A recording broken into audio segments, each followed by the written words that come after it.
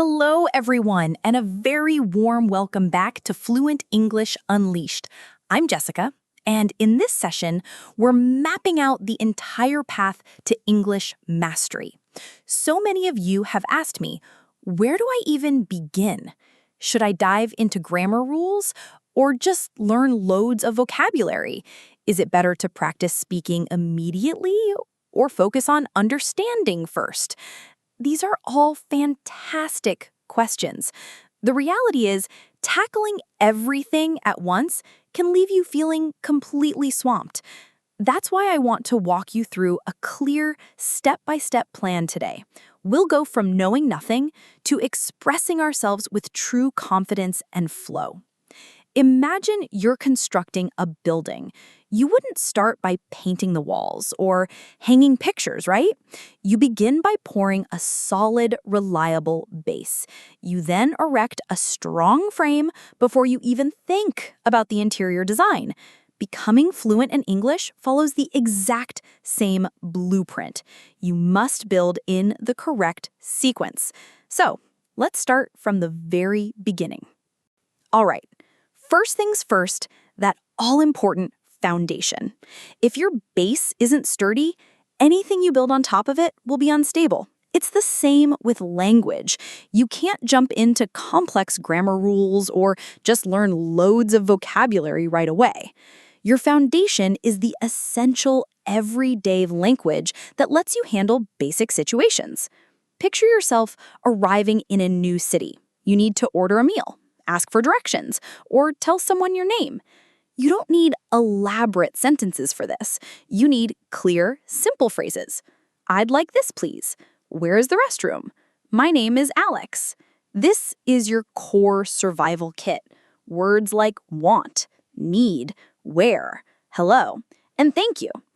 Studies suggest that knowing just the most frequent 600 to 1,200 words allows you to comprehend a massive portion of daily conversations. You might not be perfect, but you will be understood. At this phase, ignore the advanced rules. Don't stress over which tense to use. Your only job is to learn these high-frequency words and phrases through constant repetition. Listen to short, simple conversations on repeat. Practice them out loud. Try a technique called shadowing. Like an echo, you speak along with the recording right after you hear it. This trains your mouth and brain to work together. And please embrace your mistakes here. They are not failures. They are signs that you're building something new. A strong foundation makes every future step easier and more secure. Now, you have your solid base, but you can't live on just a slab of concrete. You need walls and a frame to give your house shape and structure. This is the next phase of your journey, expanding your framework. You move from simple survival to actually building conversations. You know how to say, I eat lunch, but life isn't only about the present. You need to say, I ate lunch yesterday, or I will eat lunch soon. This is where you learn the fundamental grammar that lets you move through time, past, present, and future. Your world of expression gets much, much bigger. A critical balance is key at this stage. You need both input and output. Input is what you absorb through listening and reading. It's the fuel for your brain. Output is what you produce through speaking and writing. It's your practice. If you only consume English, you'll understand but struggle to speak. If you only output, you'll plateau and keep making the same errors. So feed your mind. Listen to podcasts, read articles, watch shows. Then immediately use that fuel. Send a text message using a new word. Describe your day to yourself out loud.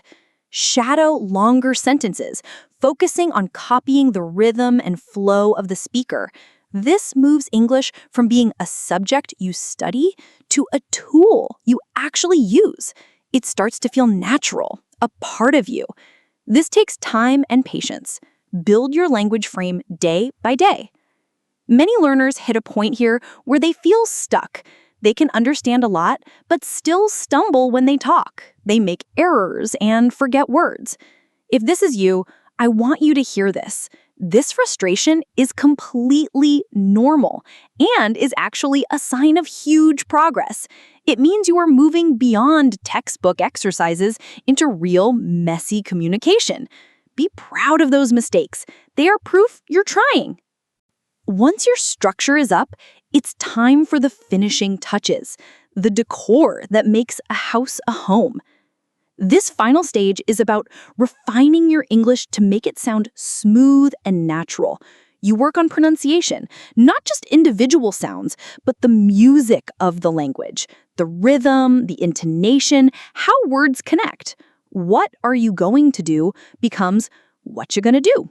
Your vocabulary grows organically to thousands of words, not from memorizing lists, but from engaging with the language through stories, films, and conversations. Crucially, grammar becomes instinctive. You don't stop to think about rules, you just feel what's right, like riding a bike. This is true fluency. English is no longer an external set of rules. It's now woven into how you think and see the world. So, to recap, start with your core foundation. Then, build your structural framework. Finally, add the decorative flourishes of fluency. The key is to follow these steps in order. Don't rush. Trust the process. Thank you so much for watching. If this guide was helpful, please subscribe to the channel and share it with another learner. Remember, consistency is your greatest tool. Practice a little every day, and you will absolutely get there. I'm Jessica from Fluent English Unleashed. See you in the next video.